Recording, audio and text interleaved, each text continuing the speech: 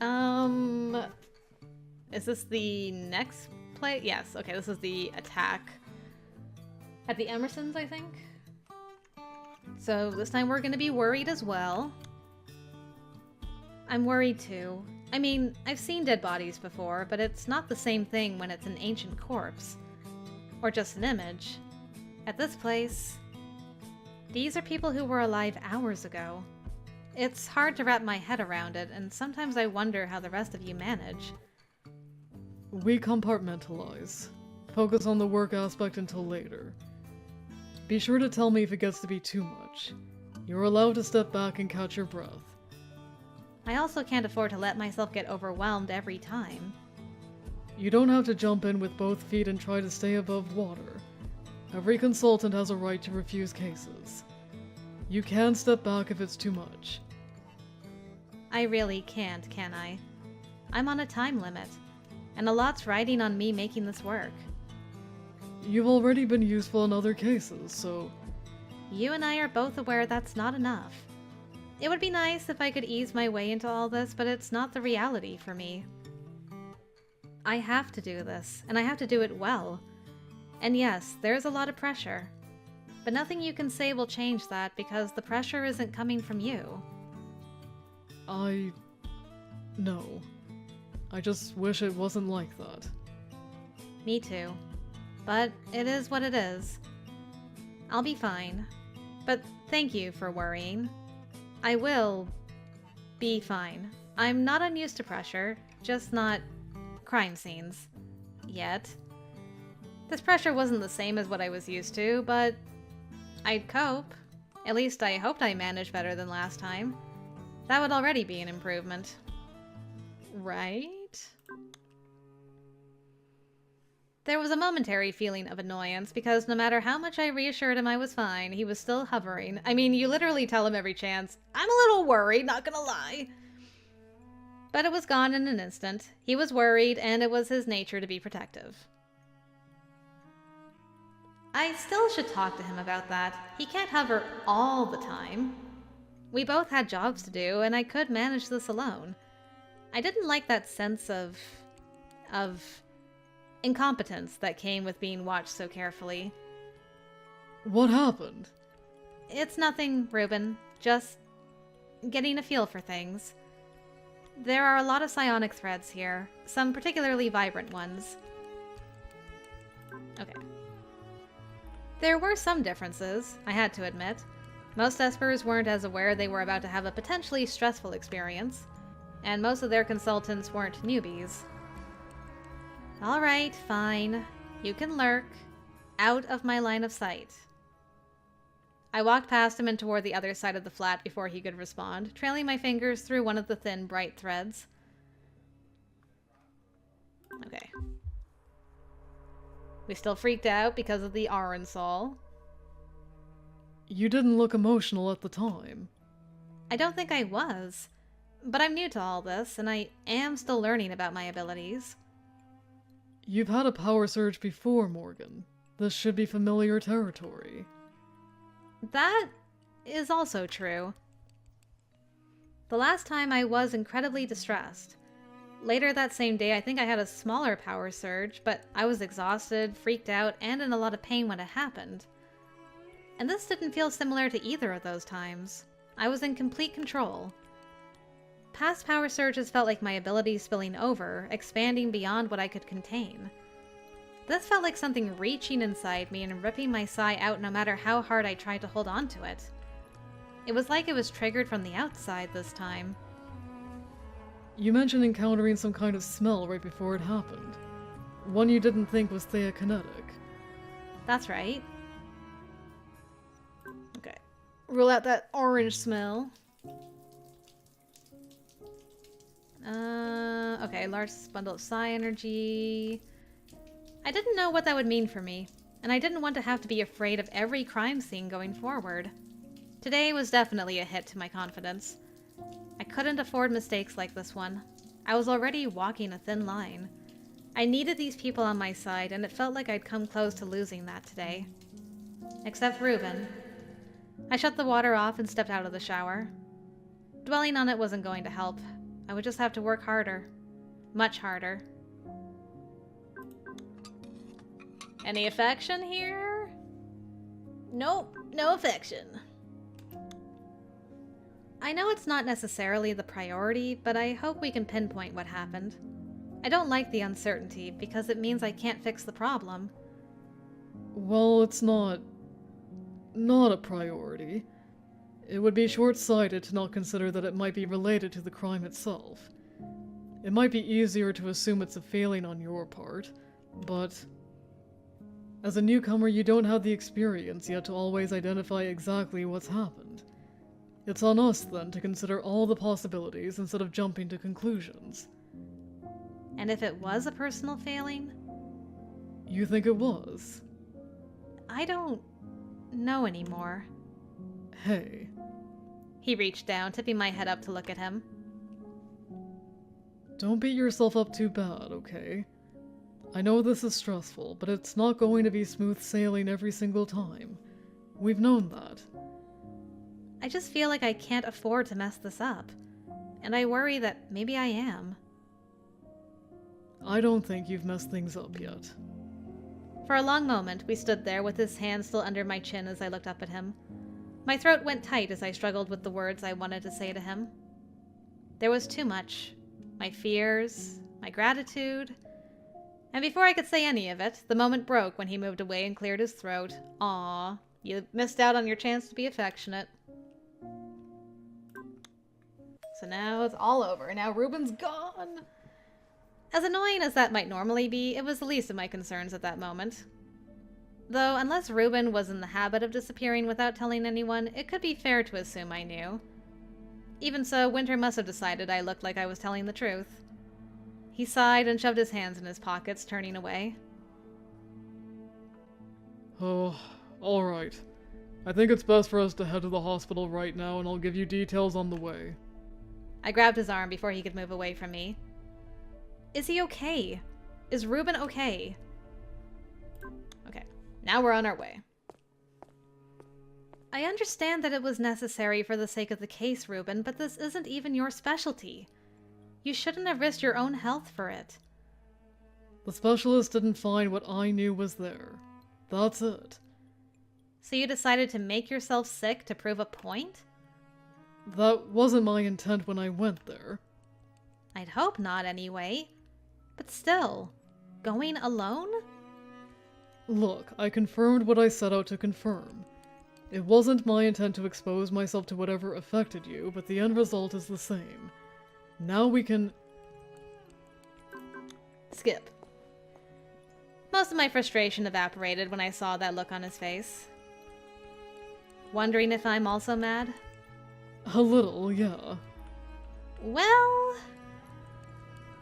I thought about it, but it seems like plenty of other people are going to be mad at you, so you probably don't need another one. You also look too tired to deal with my annoyance.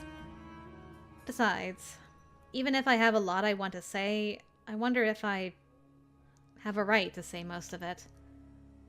Of course you have a right to say what's on your mind. A right to ask if this is something I should get used to? Get used to. Yeah. That look on his face was how I felt the moment those words came to mind. Because it implied a longer-term relationship that didn't even exist, and future implications for this kind of behavior. As if we had a future I should worry about. I gave him a tight, frustrated smile. Anyway, it's not a great time for that. Let's catch up to Winter before he leaves us here. You power surged after you found that cartridge, and you said there was still fluid on it. Did you come into contact with the liquid? I picked it up with a handkerchief and dropped it in an evidence container, but I did put the handkerchief back in my pocket with my bare hand. I know what you're thinking, Morgan. I had the same thought, honestly. But remember, we don't have any substances that can cause a power surge like that. Any known substance. That's not the same thing. If someone cooked up some unknown substance that can influence Psi, what the hell was it doing in that apartment? The bigger issue is that if the cartridge is to blame, that doesn't explain how you came into contact with it. You said the cartridge was crushed, and that you didn't think it was because something heavy landed on it, like when I power surged? It was out in the open when I found it, and I can't think of how it would have broken that way. It looks like something squeezed it in the middle. If it was crushed around the time it was fired, then it could have released the chemical into the air at that time. Even liquid particles can linger in the air for hours. That's how things like colds transmit, right? I could have come into contact with it that way. If it was in the air, why didn't anyone else come into contact with it? Maybe they did. 2 other people reported the same smell I reported. Theoretically, such a chemical could only affect psi of a certain level. Or it might just affect some people and not others. Or it's a combination. The amount one is exposed to and the level of psi could contribute. Going back to the cold analogy, it's like when a group of people is in a lift with someone that's ill.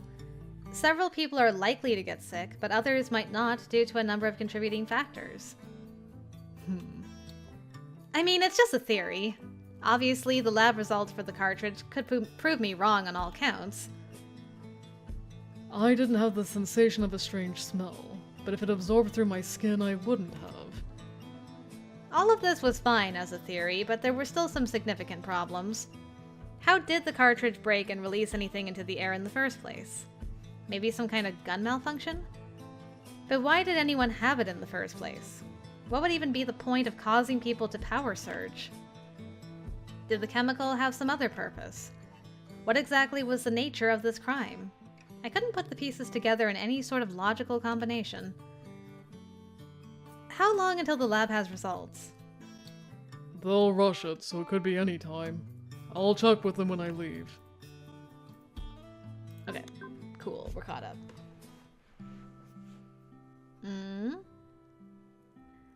We're a guest. Maybe I am, but you agreed to rest. And I've done a terrible job at ensuring you did. I feel much better than I did earlier, though. I know your surge wasn't as bad as mine, but I also know full well how long the effects lasted for me. I felt woozy for hours afterwards. I looked back at him as I exited his office. And I can literally see your sigh, Reuben. It's still not back to normal. Until it is, you can at least avoid standing for long periods or doing something like cooking. Fine, fine. I will let you cook tonight. Exactly. I'd already been certain I could bully him into that. Nice. Probably analytical, I'm guessing. Yep. I'm well aware you didn't mean to worry anyone, Reuben. I think we all know that. You were trying to do the right thing, and that's why all this happened. But it's obvious this isn't the first time you've done something like this, if Winter's reaction is anything to go by. Hopefully you can see why everyone is exasperated. One day I hope you might actually learn your lesson and at least tell people before you do something reckless. Well... For your own well-being, anyway. And I'm not just talking about unexpected power surges. I'm talking about the fact Winter looked pretty close to strangling you. I thought I was about to witness something terrible. Firsthand, this time. Well, he's the sort to get mad at first, then get over it pretty fast. I see. So you figured out how far you can push him before he snaps. Look, I know you think he'd have gone with me if I asked, but I'm not so sure this time. I don't think he believed there was anything there in the first place. And I needed to check because I knew there was. I may not have psychometry or proper precognition, but I haven't been wrong yet. Not even once.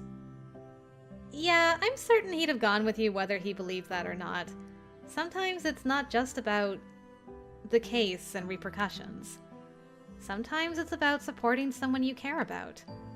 He's your partner, and your friend. You should trust him more.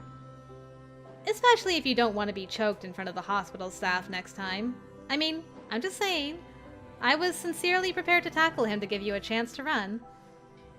I hope there isn't a next time, frankly. I'm not sure I want to see you and Winter get into a wrestling match for my sake. Could be entertaining, though. Same. I'm not at all confident in my ability to hold him off longer than a few seconds. I went back to preparing the food, still smiling, but I was glad to get that off my chest, but I didn't want to keep beating him up for what happened when he had apologized so many times already. Or anyway. Already? Anyway. Alright, and we skip. I knew Reuben had to have noticed the occasional softness between us. And I thought, for the first time, that maybe I wasn't the only one that wanted to explore it. Let it grow. My heart fluttered anxiously as I looked up at him. Do we kiss? No, we're too cautious. Ah, sad. I wanted to reach out to him. I wanted to run my fingers over the stubble along his jawline. I wanted so many things. But maybe I shouldn't. I wasn't quite sure how Reuben felt, and though he wasn't moving away or looking like he disliked being close to me, maybe it really was just me. One of his hands found its way to my jaw, and my eyes snapped back up his face, studying his beautiful dark eyes, half closed, lingering on my lips. And I thought he would kiss me. His head lowered a fraction of an inch, and the look on his face was full of surprising want and hesitation. So much obvious hesitation. The air was tense with delicate possibility for one fragile moment. Then Reuben let out a shaky breath and dropped his hand before he slipped away from me, leaving me standing against the bench top alone. We shouldn't do this. His voice was hoarse and unsteady, like he was speaking around the same tightness in his throat that I felt in mine. For a moment I stared at his back, so close to me I could still reach and touch him. I swallowed hard, letting out a silent breath as I collected myself. Sorry. That was my fault. I managed to keep my voice steady, but even so, Reuben whirled around, a panicked look on his face. No! That isn't... You don't have to apologize at all. I initiated that. Whatever it almost was. No, Morgan. Please. It's not something to apologize for. I just don't think it's wise for me to let what I want get out of hand. And I almost did. What is it that you want so badly it might get out of hand? Isn't that obvious? It isn't. Not if I'm having to ask about it. Hey, we're back. Alright. Are you suggesting we ignore what almost happened? Because we can move slower and see where it goes. Or not. We don't have to force anything. I think we should probably... He trailed off as if hesitant to finish that one.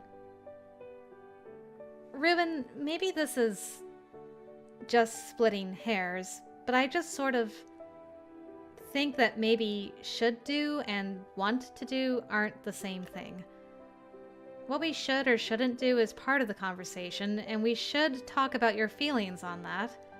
I want to hear your thoughts on that, but right now I'm curious what you want to do. I just think that's also important. I know what I want, but I'm fuzzy on where you stand.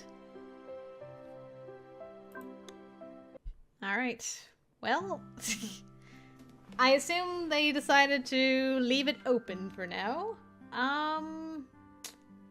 So, what do we do now, boys? So, what do we do now? Find a different lead, I guess. Looks like this one is dead if we can't find out where they moved Powell to. I have doubts about us being able to prove a case to warrant access to that information. Maybe we don't have to give up yet. Reuben glanced my way, a thoughtful look on his face. Look, I don't know what you're thinking, but I'm not sure how psychometry is going to help with this one. There aren't any emotionally charged incidents to grab onto this time. Maybe she doesn't need that. Psychometry isn't the only Esper ability Morgan possesses as a queen rank. And, as a skill, it's not even that effective because it focuses on those emotionally charged psionic echoes. We both know it's chaotic and limited to small flashes of certain incidents. That said, it's just a specialized form of post-cognition in the end. Directed post-cognition is more of a bishop-level ability, but Morgan is a queen rank. If they'll let us go up to the room to look around, maybe you can piggyback off what you've learned about psychometry to get a more stable and detailed post-cognitive look at the room. Something that doesn't rely as much on some extreme situation leaving echoes. In any case, even psychometric threads can be left by repetitive events, not only extreme ones, and he was there for a long time. If we could at least find out who checked him out and why. If I could do that, I might even get a look at Mr. Powell's psi. You wanted to do more tests, but since that's not an option anymore, I might be able to do at least a visual comparison of his psi to what yours is now, just as a potential confirmation about whether he was exposed to Arensol. Whoa. Do you even know how to do any of that, Morgan? I'm not sure, but Reuben is right about psychometry being a more shallow approach to post-cognition, like a lower-level version of it. Using it as an anchor for a more in-depth post-cognitive reading of the room makes sense to me. Trying a new skill is always going to be hit or miss, but do we have anything to lose by trying? We can't possibly end up in a worse state than we are now. No offense, but your track record isn't... Only influenced by my current level of skill, is it? There have been extenuating circumstances almost every time I've tried to use this ability. I shouldn't have to worry about psi influencing chemical compounds in the air here, though, should I? I suppose that's true. I'll see if they'll at least let us into the room to check it out. Alright, music change. Why? I mean, we could just do it anyway. Better to ask forgiveness than permission? Yeah, you've obviously never had to ask Phil's forgiveness. What are you thinking of doing? We can't just waltz in. You two... I mean, who says we can't? No one but the front desk knows we were told no. Unless that receptionist left to get security. I didn't argue that much. Okay. So, as long as the receptionist doesn't notice me blatantly ignoring them, I should be able to get down to that unit without problems. It's not like anyone can tell by looking at me that I'm not here to visit someone. Oh, so instead of doing it from here, she's actually going to go there in person. Interesting. You. Alone. No, absolutely not. I'd say you should go with her, but they're going to notice if both of you go. I don't like the idea of... I think I'll attract less attention by myself. And if anyone asks what I'm doing, I can say I got lost. Morgan, I'm supposed to be staying close to where you are. It's a hospital, Reuben. It's not dangerous. But if we don't leave before that receptionist gets back, we may lose our chance. Ugh. Do you remember where the room was? Not exactly. I remember the room number, though, and I'm sure I can find my way to that wing with the hospital map. We can use the nano system to stay in touch, too. It's not like she'll be on her own. I'll be fine. In the worst case, I won't make it to the room before being shooed out. Alright, fine. Let's do it before the receptionist comes back. You know how to contact me, so... Okay, I shouldn't be gone long. Wow, girl's going off on her own little mission. I cast a quick glance at the front desk before heading to the door that led to the rest of the hospital. Reuben and Winter waited until I was through it before heading out the main exit. I admit my anxiety was pretty high, higher than I'd let on. Following the rules was so ingrained that it was a little difficult to convince myself I wasn't doing something terrible. But I had a long walk to the wing where Nate Powell's room had been. It was enough to mostly get over it. Reuben contacted me twice along the way, but I made it to the room without incident. I was just fortunate it was far enough from the nurse's station I could slip in without anyone noticing me. Thankfully, it seemed to be a quiet day, and I managed to avoid any helpful staff who might want to know if I was lost. Inside the room, I pressed myself to the door, letting out a breath. Right. Made it. I shifted towards the bed and shut my eyes, praying no one found me. Then I let my sigh flood the room.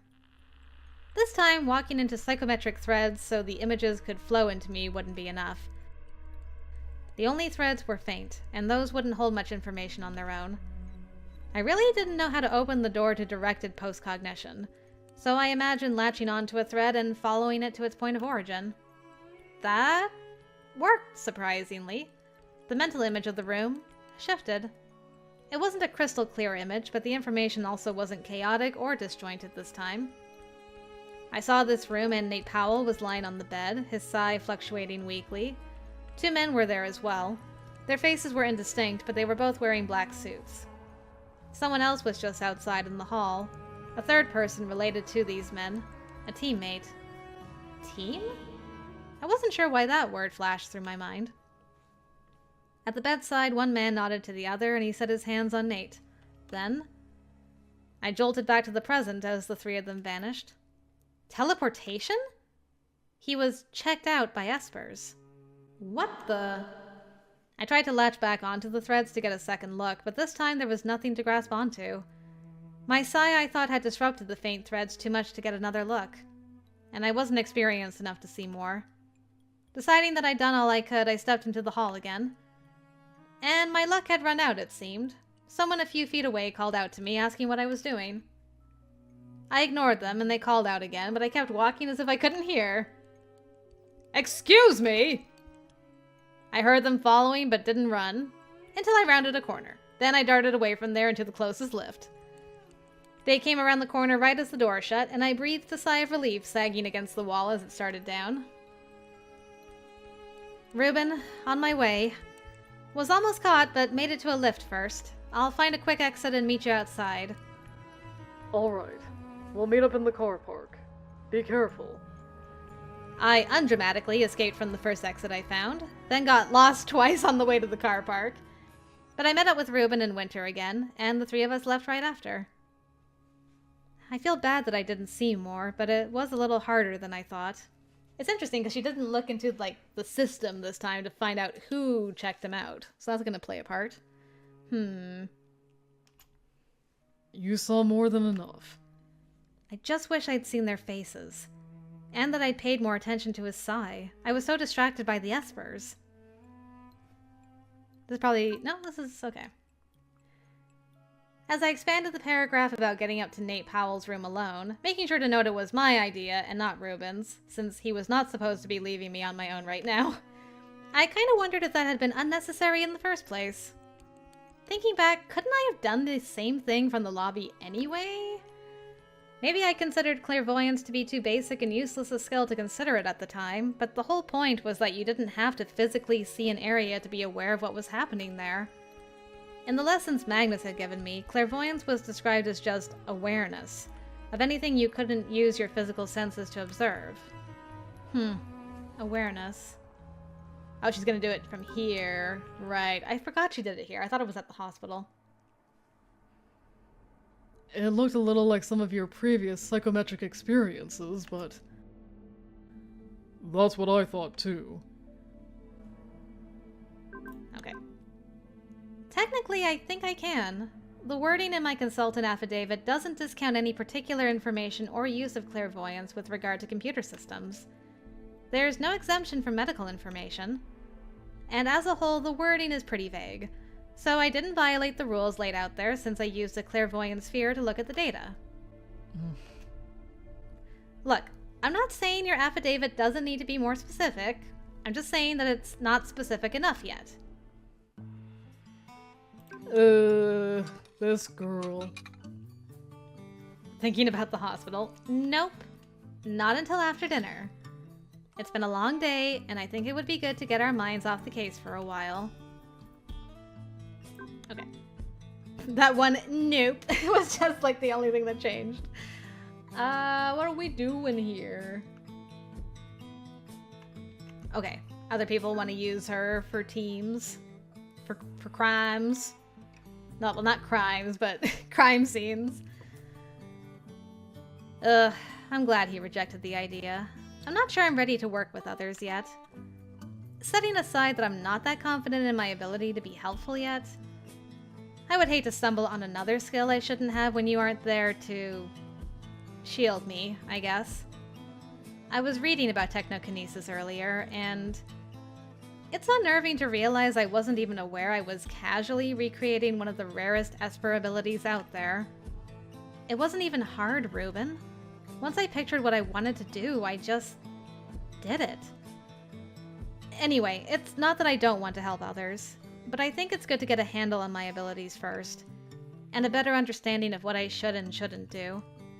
I shouldn't have to rely on someone else to shield me from myself. That's against the whole point of what I'm trying to prove. It's natural to rely on others to help you find your way for the time being, Morgan. I feel like all I've been doing is relying on others. That's fine too. At least I don't mind having you rely on me. My main concern was that people would be convinced you'll be doing this full-time going forward, and I get the feeling you aren't exactly enjoying your stint as an Esper consultant. I assume you'll stop as soon as your case is settled, so I'd rather people not expect anything else. I don't want you to feel pressured to continue if you don't want to. I appreciate that. I haven't decided how long I'll continue. I imagine I'll have to stick with it for a while anyway. And if I'm able to start going to class again, I don't think it would be bad to occasionally consult. I mean, I don't mind helping. It's more interesting than I expected, honestly. That's good to know, though I still agree with Phil that it's too early to have you work with others. Believe me, I agree with that too, for now. I guess it's a comfort that, even after a rocky start, people are interested in working with me. That feels like a good sign. I suppose that is one way to look at it. Well, it's not like you have to decide that now anyway. I just wanted to let you know. I appreciate it. It makes me feel a little better knowing that people find me at least somewhat trustworthy. I'm sure they find you more than a little trustworthy. Or they're just that desperate. Or both. Given the usual state of things, it's almost definitely both.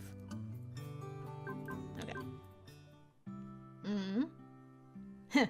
Is the distraction working? Almost. I laughed a little and rested my head against his. Really? That's the dome Nisa has ties with them. Oh, yeah. Didn't mention that before. Aurelie. So Quill suspects that the leak to the outside most likely has a connection with one of these businesses? He thinks it's also possible the leak is directly related to the city's research institute, but that may be harder to pinpoint. So for now, he sent me this to look over. If we can find any connecting points between these investors and our current case, then... It brings him one step closer to finding the leak on the inside. More or less. Until now, he's been hesitant to share anything like this. Too much concern about the damage I could cause Nisa with this information. In any case, even though we know for sure this case is related to the Nisian research leak, who knows how many hands it's passed through until now? And of course, this is another piece of ill-gotten information. Even if it pans out, we have to hope it leads us to something more solid. I scanned the list as Reuben spoke. Alright. We skipped a bunch of stuff there. It was strange to think about how many more lives were affected than just mine because someone noticed I existed and Endgame acted on it. For instance, every life involved in the current case. If I wasn't here, would they ever have found the Arensol cartridge? Would they have been stuck without some of the clues I'd helped uncover? It was hard to measure things that might or might not have been, but there was a good chance my being here had altered things quite a lot. And that might make all the turmoil worth it. Oliver once said that we always ended up where we were meant to be. I had always thought that was such a tidy and encouraging way to view life.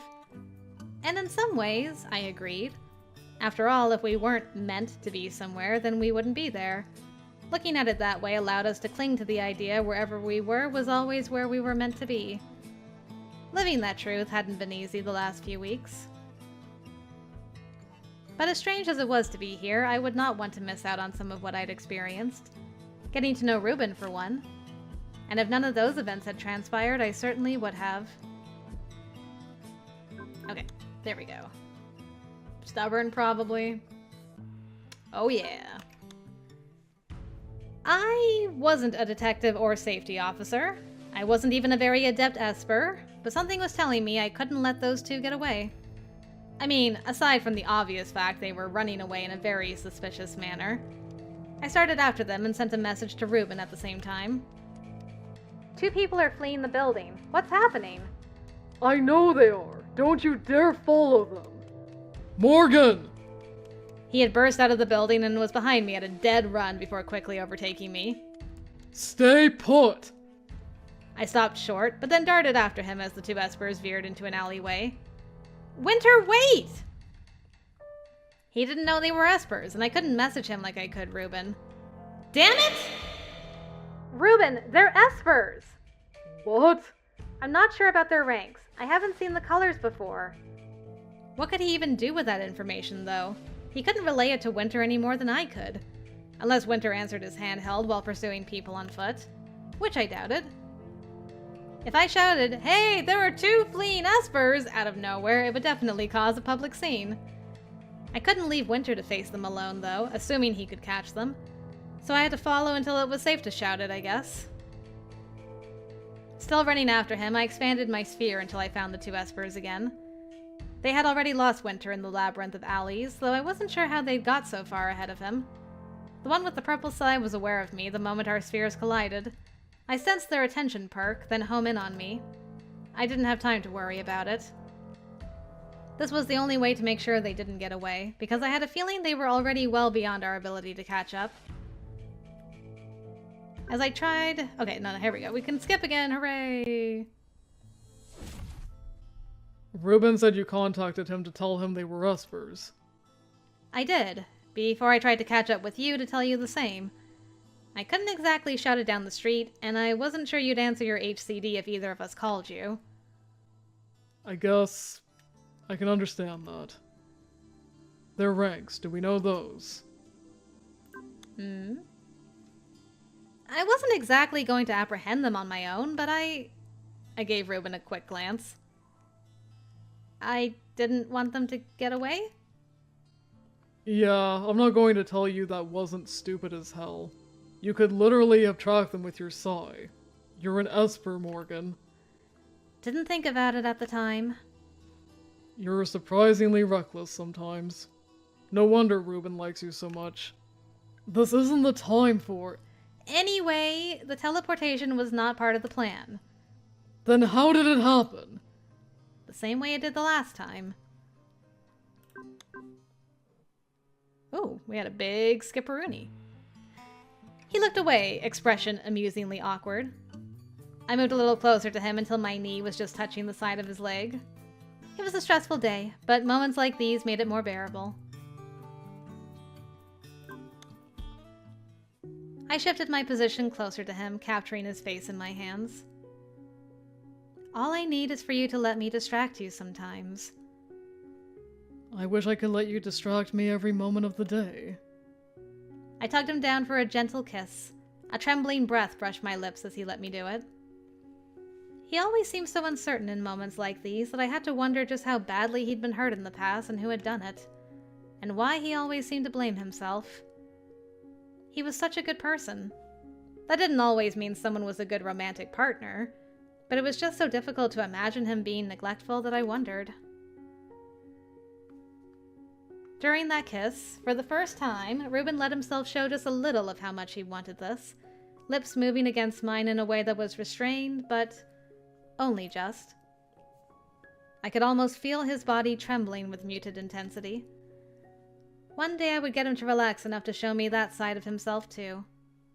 When we pulled away moments later, Reuben let his head rest against mine, eyes closed while I threaded my fingers through his hair. He leaned back against the sofa, taking me with him, and I settled there, head resting on his chest. We stayed like that for a long time. And for the first time all day, things finally felt... right. Everything else was pushed aside for at least a little while. And his face was the last thing in my mind when I drifted off to sleep.